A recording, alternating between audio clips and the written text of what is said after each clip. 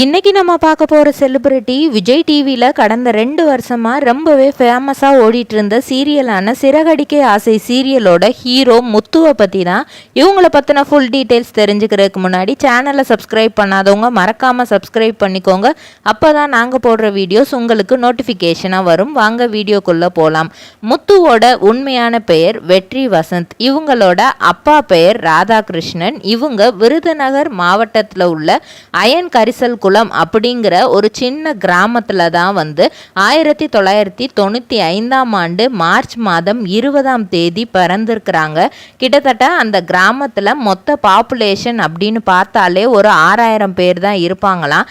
அந்த இடத்துல வளர்ந்த ராதாகிருஷ்ணன் அவர்கள் நல்லா படித்து deputy director of health service Virudhunagar மாவட்டத்துக்கே டெப்யூட்டி டைரக்டராக இருந்திருக்காங்க. அதாவது சுகாதாரத்துறையில் இருக்கிற பெரிய ஆஃபீஸராக இருந்திருக்கிறாங்க. அது மட்டும் இல்லாமல் 2014 டிஸ்ட்ரிக்ட் என்டோமாலஜிஸ்ட், அதாவது பூச்சிகளின் நிபுணர் அப்படின்னு சொல்லுவாங்க, அந்த பதவியிலையும் இருந்திருக்கிறாரு. நல்ல ஒரு அரசு பணி தான். அதனால் தன்னோட பிள்ளைகளான 2 பேரும், அதாவது வெற்றி வசந்தும் அவங்களோட தங்கச்சி விக்னேஸ்வரி ராதா அப்படின்னு 2 பேர் அவங்களுக்கு இருக்குது.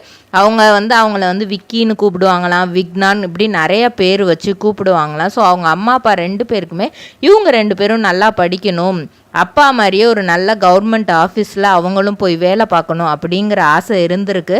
அவருக்குமே அந்த ஆசை ஸ்டார்டிங்கில் இருந்தே இருந்திருக்கு. நாடார் சரஸ்வதி ஹையர் செகண்டரி ஸ்கூலில் படிக்கிறாரு. அதுக்கப்புறம் கலசலிங்கம் இன்ஸ்டியூட் ஆஃப் டெக்னாலஜியில் போய் கிருஷ்ணன் கோயிலில் இருக்கிற காலேஜில் சேர்றாரு. நல்லா படிக்கிறாரு. படித்து முடிச்சுட்டு Max IT global solution private லிமிட்டடில் தான் வேலை பார்க்குறாரு. அப்போ தான் சினிமா துறையில் நம்ம எதையாவது சாதிக்கணும் அப்படிங்கிற ஒரு ஆசை வருது. அவங்க அப்பாவுக்கு பொதுவாக சினிமாவில் ரஜினிகாந்த் நடித்த படம்னா ரொம்ப பிடிக்குமாம். ரஜினிகாந்தோட மிகப்பெரிய ஃபேனாம். ஆனால் பையன் போய் இந்த மாதிரி எனக்கு சினிமா துறையில் ஆசை இருக்குது, நான் அதில் தான் நான் போய் ஏதாவது பண்ணலான்னு இருக்கேன் அப்படின்னு சொல்லும்போது அவங்க அப்பா சைடில் இருந்து அவருக்கு மிகப்பெரிய எதிர்ப்பு வருது. அவங்க அம்மாவும் சினிமாவை அதெல்லாம் வேண்டாம், ஏன்னா அவங்க இருந்ததே ரொம்ப கிராம பகுதி. அதனால் அவங்களுக்கு சினிமா அப்படின்னா டிவியில் பார்க்குறதோட சரி, யாருமே அந்த சினிமா துறைக்கு பெருசாக போகக்கூடாது அப்படிங்கிற எண்ணம் தான் அவங்களுக்கு இருந்திருக்கு. அதனால் இல்லைப்பா, நீ நல்லா படித்து ஒரு கவர்மெண்ட் வேலைக்கு போ, நீ கண்டிப்பாக அப்பா இந்த ஃபீல்டில் இருக்கனால நீ படிச்சின்னா கண்டிப்பாக உனக்கும் இதே ஃபீல்டில் ஒரு நல்ல வேலை கிடைக்கும் அப்படின்லாம் நிறைய சொல்லி கன்வின்ஸ் பண்ணுறாங்க. இருந்தாலுமே அவருக்கு அதில் எதுலேயுமே ஆசை கிடையாது. உடனே என்ன பண்ணுறாரு அப்படின்னா, நான் கண்டிப்பாக சாதிச்சே காட்டுவேன், என்னால் முடியும் அப்படின்னு சொல்லிட்டு எல்லாரோட எதிர்ப்பையும் மீறி யாரோட பேச்சையும் கேட்காம வீட்டில் இருந்து வெளியே இங்கே சென்னைக்கு வந்துடுறாரு. விருதுநகரில் இருந்து சென்னைக்கு சென்னை கிட்டத்தட்ட ரொம்பவே புதிய ஊர் அவருக்கு. அவங்க அப்பா சரி நீ என்னமோ பண்ணு அப்படிங்கிற மாதிரி ஒரு கோவத்தோடு தான் அங்கேருந்து வெளியே அனுப்பிட்டாரு. கையில் சுத்தமாக காசு இல்லை. அந்த ஊர்லேருந்து செலவுக்கு வச்சுருந்த காசும் கொஞ்சம் கொஞ்சமாக செலவாகி போயிடுது. இதுக்கப்புறம் நம்ம என்ன பண்ண போகிறோம், நம்மளோட வாழ்க்கை என்ன மாதிரி இருக்க போகுது அப்படிங்கிற பயமும் அவர் மனசுக்குள்ளே இருக்குது.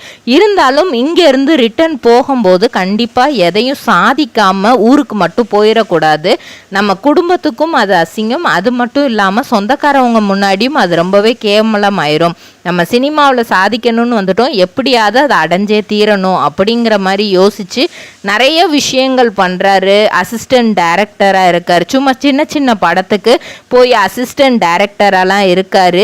ஏன்னா அவரே ஸ்கூல் படிக்கிற டைம்லலாம் நிறையா கதைலாம் சும்மா சூப்பராக அவராக கற்பனையாக நிறைய கதையெல்லாம் எழுதுவாராம், ட்ராமாவில் நடிப்பாராம். அதை வச்சு ஒரு படத்தை எப்படி இயக்கலாம் அப்படிங்கிறத ஃபஸ்ட்டு நம்ம கற்றுக்கிறணும். நம்ம ஒரு நல்ல டைரக்டர் ஆகணும். நடிகன் அப்படிங்கிறதெல்லாம் அவரோட ஆசை இல்லையா, டைரக்டர் ஆகி பெருசாக வரணும், பெரிய பெரிய டைரக்டர் மாதிரி நம்மளோட படத்தையும் பெருசாக பேசணும் அப்படிங்கிறது தான் ஆசையாக இருந்திருக்கு. அதுக்கப்புறம் அதுவும் முடியலை, ஒரு சின்னது. அதுக்கப்புறம் விஜய்க்கு ஒரு சில படத்துலலாம் சைடு எஸ்கார்டா, ஏன்னா ஃபேன்ஸ் அப்படிங்கிற மாதிரி அந்த நற்பணி குழு அந்த இதில் இருந்துட்டு எஸ்கார்டா வந்து வேலை செய்கிறாரு. அந்த இதுவும் வந்து பெருசாக அவருக்கு இதாகலை, அதனாலையும் வாய்ப்பு எதுவும் கிடைக்கல. அப்புறம் வேற எப்படி தான் ரீச் பண்ணுறது அப்படின்னு யோசிச்சப்ப அந்த டைமில் தான் யூடியூப் கொஞ்சம் நல்லாவே மக்கள் மத்தியில் ஃபேமஸ் ஆச்சு. இந்த டிக்டாக், யூடியூபு, ரீல்ஸு அப்படி இப்படின்ட்டு நிறையா வந்தது.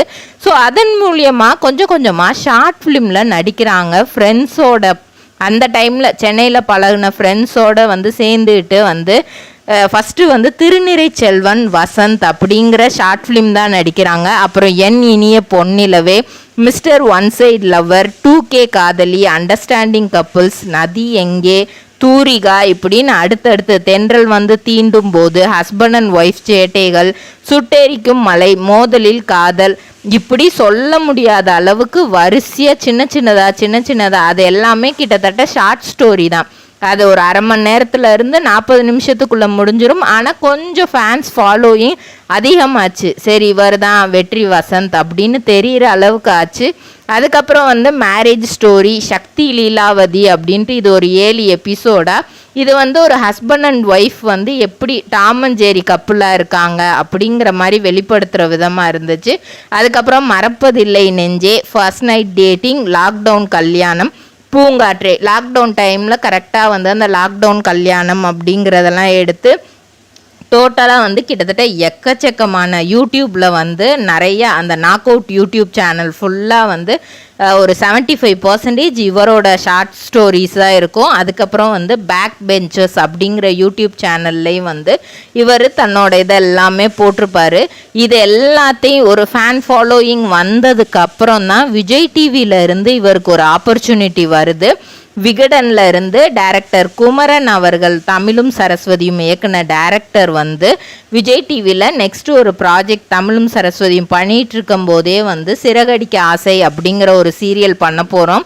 ஸோ அதுக்கு வந்து நல்ல ஒரு ஆளாக தேவைப்படுது, கொஞ்சம் ரக்கடான பையனாக இருக்கணும், அதாவது குடிகாரன் அப்படின்றது பார்த்தோன்னு தெரியணும் அப்படிங்கிற மாதிரி ஒரு ஆளை தேடிட்டு இருக்காங்க. அப்போ வந்து நிறைய ஹேண்ட்ஸமான பசங்க வந்த இடத்துல நம்ம வெற்றி வசந்த் தான் அதுக்கு வந்து கரெக்டாக சூட் ஆகிருக்காரு. ஃபஸ்ட்டு அவர் அந்த சீரியலுக்குள்ளே வந்து என்டர் ஆகும்போது ஃபஸ்ட்டு அவரை பார்த்த எல்லாரும் இதெல்லாம் ஒரு மூஞ்சின்னு இதை சீரியலில் போட்டிருக்காங்க அப்படின்னு பலவிதமான கமெண்ட்ஸ் வந்துச்சாம். அவரை நேரில் பார்க்குறவங்களுமே ஸ்டார்டிங்கில் நீலாம் ஒரு ஆளுன்ட்டு நீ எப்படி தான் உனக்கு சீரியலில் வாய்ப்பு கிடச்சிச்சோ அப்படின்லாம் பேசியிருக்கிறாங்க. இருந்தாலும் பரவாயில்ல, நான் ஸ்விக்கியில் வந்து சாப்பாடு டெலிவரி பண்ணிட்டு என்னோட வயிற்று பசியை போக்கக்கூட முடியாமல் இருந்தேன். எனக்கு விஜய் டிவியில் ஆப்பர்ச்சுனிட்டி கிடச்சிருக்கு, அது எனக்கு ரொம்பவே பெரிய விஷயம். அதனால் எனக்கு இந்த கேரக்டர் எனக்கு பிடிச்சிருக்கு. நான் தண்ணி அடிக்க மாட்டேன், ஆனால் அப்படி ஒரு கேரக்டர் வந்திருக்குங்கும் போது அதை நான் தாராளமாக எடுத்து பண்ணுவேன் அப்படிங்கிற மாதிரி சொல்லியிருக்காரு. ஸோ இப்போது ஆனால் வந்து மக்களோட மனசு அப்படியே மாறிடுச்சு. இப்போ முத்து அப்படின்னா இவர் வந்து சின்ன விஜய் சேதுபதி அந்த அளவுக்கு யதார்த்தமாக நடிக்கிறாருன்னு சொல்கிற அளவுக்கு மக்கள் மாறிட்டாங்க. அவர் டைரக்டர் ஆகணும்னு தான் நினச்சாரு, ஆனால் இப்போ ஒரு நல்ல ஹீரோவாகவே ஆகிறதுக்கு அவருக்கு வாய்ப்பு வந்து வந்துட்டுருக்கு. அவரோட கனவே கலையாதே ஷார்ட் ஃபிலிம் வந்து ரொம்பவே சூப்பராக இருந்துச்சாம். அது மட்டும் இல்லாமல் இந்த சீரியலுக்காக promising talent of the year, அது மட்டும் இல்லாமல் சூப்பர் ஹீரோ, பெஸ்ட் ஹீரோ அவார்டெல்லாம் வந்து இவருக்கு விஜய் டிவிலேருந்தும் விகடன்லேருந்தும் கொடுத்துருக்குறாங்க. இதே மாதிரி பல செலிப்ரிட்டிஸோட பயோகிராஃபி தெரிஞ்சுக்கிற சேனலை மறக்காமல் சப்ஸ்கிரைப் பண்ணிக்கோங்க.